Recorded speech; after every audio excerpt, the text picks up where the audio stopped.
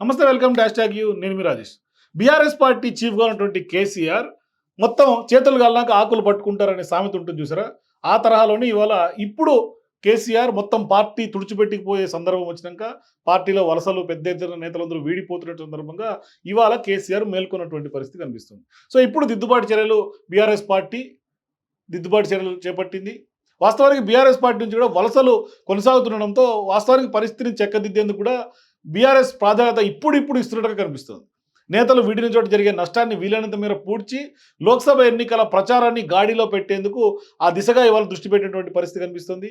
Assembly ఎన్నికల్లో ఓటమి తర్వాత వలసల కారణంగా నెలకొన్నటువంటి పరిస్థితిని మదింపు చేస్తోంది. అయితే కీలక నేతలు పార్టీని వీడిన చోట సమన్వయకర్తల నియామకంతో క్యాడర్ను ఏకతాటిపై తీసుకొచ్చే ప్రయత్నాలు చేస్తున్నారు. ఇక ద్వితీయ శ్రేణి నేతలు అట్లాగే కార్యకర్తలు నైరాశ్యంతో కూలిపోకుండా వారిలో ఉత్సాహాన్ని నింపే లోక్సభ ఎన్నికలకు సంబంధించి ప్రచారంలో కూడా భాగస్వాములు చేసేలా కూడా ప్రణాళికలు రచిస్తున్నట్టుగా మనకు కొంత సమాచారం అందుతుంది బీఆర్ఎస్ పార్టీ నుంచి. అయితే గడిచిన ఏడాది కాలంగా 48 అసెంబ్లీ నియోజకవర్గాల్లో పలువురు కీలకమైనటువంటి నేతలు పార్టీకి దూరమైనటువంటి పరిస్థితి. సిట్టింగ్ ఎంపీలైన మాజీ మంత్రులు, ఎమ్మెల్యేలు, ఎమ్మెల్సీలు, మాజీ ఎమ్మెల్యేలు, పలువురు జిల్లా పరిషత్, మున్సిపల్ చైర్మన్లతో సహా పెద్ద ఎత్తున జిహెచ్ఎంసీ మేయర్ అట్లాగే మాజీ మేయర్ చాలామంది పార్టీని వీడినటువంటి జాబితాలో ఉన్నారు. మొత్తంగా పార్టీలో కీలక పదవులు అనుభవించినటువంటి తర్వాత సుమారు 150కి పైగానే ముఖ్య నేతలు ఈ ఏడాది కాలంలో పార్టీకి దూరం అయిందనేది ఒక అంచనా. అయితే వీరిలో రాజ్యసభ సభ్యుడిగా ఉన్నటువంటి కేశవరావు, అట్లాగే మాజీ ఉప ముఖ్యమంత్రిగా పనిచేసినటువంటి కడియం శ్రీహరి, మాజీ మంత్రులు పట్నం మహేందర్ రెడ్డి కుటుంబం, అట్లాగే ఇంద్రకరణ్ రెడ్డితో పాటుగా ఎంపీలు రంజిత్ రెడ్డి, బీబీ పాటిల్, పస్నూర్ దయాకర్, నేతకాని వెంకటేష్, పి రాములు, ఎమ్మెల్యేలు దానం నాగేందర్, తెల్లం వెంకట్రావు తదితరులందరూ కూడా ఈ లిస్టులో ఉన్నటువంటి పరిస్థితి.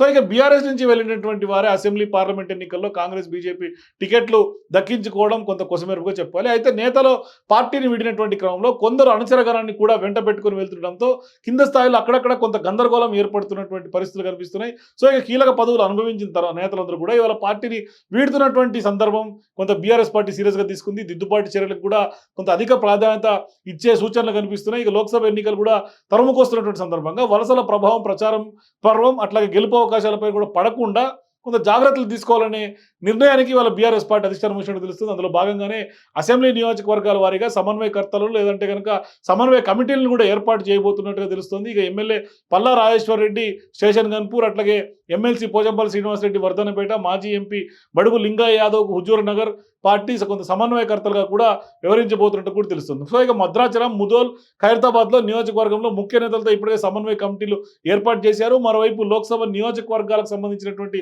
ఆయా పరిధిలో అసెంబ్లీ సెగ్మెంట్లకు కూడా కొంత సమన్వయకర్తలు నియమిస్తున్నట్టుగా కూడా కొంత మనకు వార్తలు అయితే వినిపిస్తున్నాయి. మరోవైపు చేవెళ్ళ, మల్కాజ్గిరి, నాగర్ కర్నూల్ ఈ లోక్సభ నియోజకవర్గాల పరిధిలో ఇప్పటికే సమన్వయకర్తలను నియమించినటువంటి నేపథ్యంలో ఇతర సెగ్మెంట్లకు సంబంధించినటువంటి జాబితా త్వరలోనే విడుదల చేయబోతున్నట్టు కూడా తెలుస్తుంది. సో ఇక పార్టీ నేతలు యంత్రాంగం నడుమ కొంత సమన్వయానికి, ఎందుకంటే ఖచ్చితంగా సమన్వయం లేకుంటే కొంత కోఆర్డినేషన్ గ్యాప్స్ ఉన్నటువంటి నేపథ్యంలో కొంత సమన్వయానికి పెద్దపీట వేయడం ద్వారా ఖచ్చితంగా లోక్సభ ఎన్నికల్లో ప్రచారాన్ని కొంత బీఆర్ఎస్ పార్టీ వేడెక్కించి కొంత అధిక ప్రాధాన్యత ఈ సమన్వయానికి ఇస్తున్నట్టు తెలుస్తుంది. మొత్తం మీద కొంత బీఆర్ఎస్ పార్టీ దిద్దుబాటు చర్యల మీద ఫైనల్గా ఫోకస్ పెట్టినట్టు తెలుస్తుంది. సో ఖచ్చితంగా ఈ దిద్దుబాటు చర్యలు ఏదైతే బీఆర్ఎస్ పార్టీ టేకప్ చేసిందో అది వర్కౌట్ అయ్యే సూచనలు ఉన్నాయా లేదా మీ అభిప్రాయాలు కామెంట్ రూపంలో తెలియజేయండి.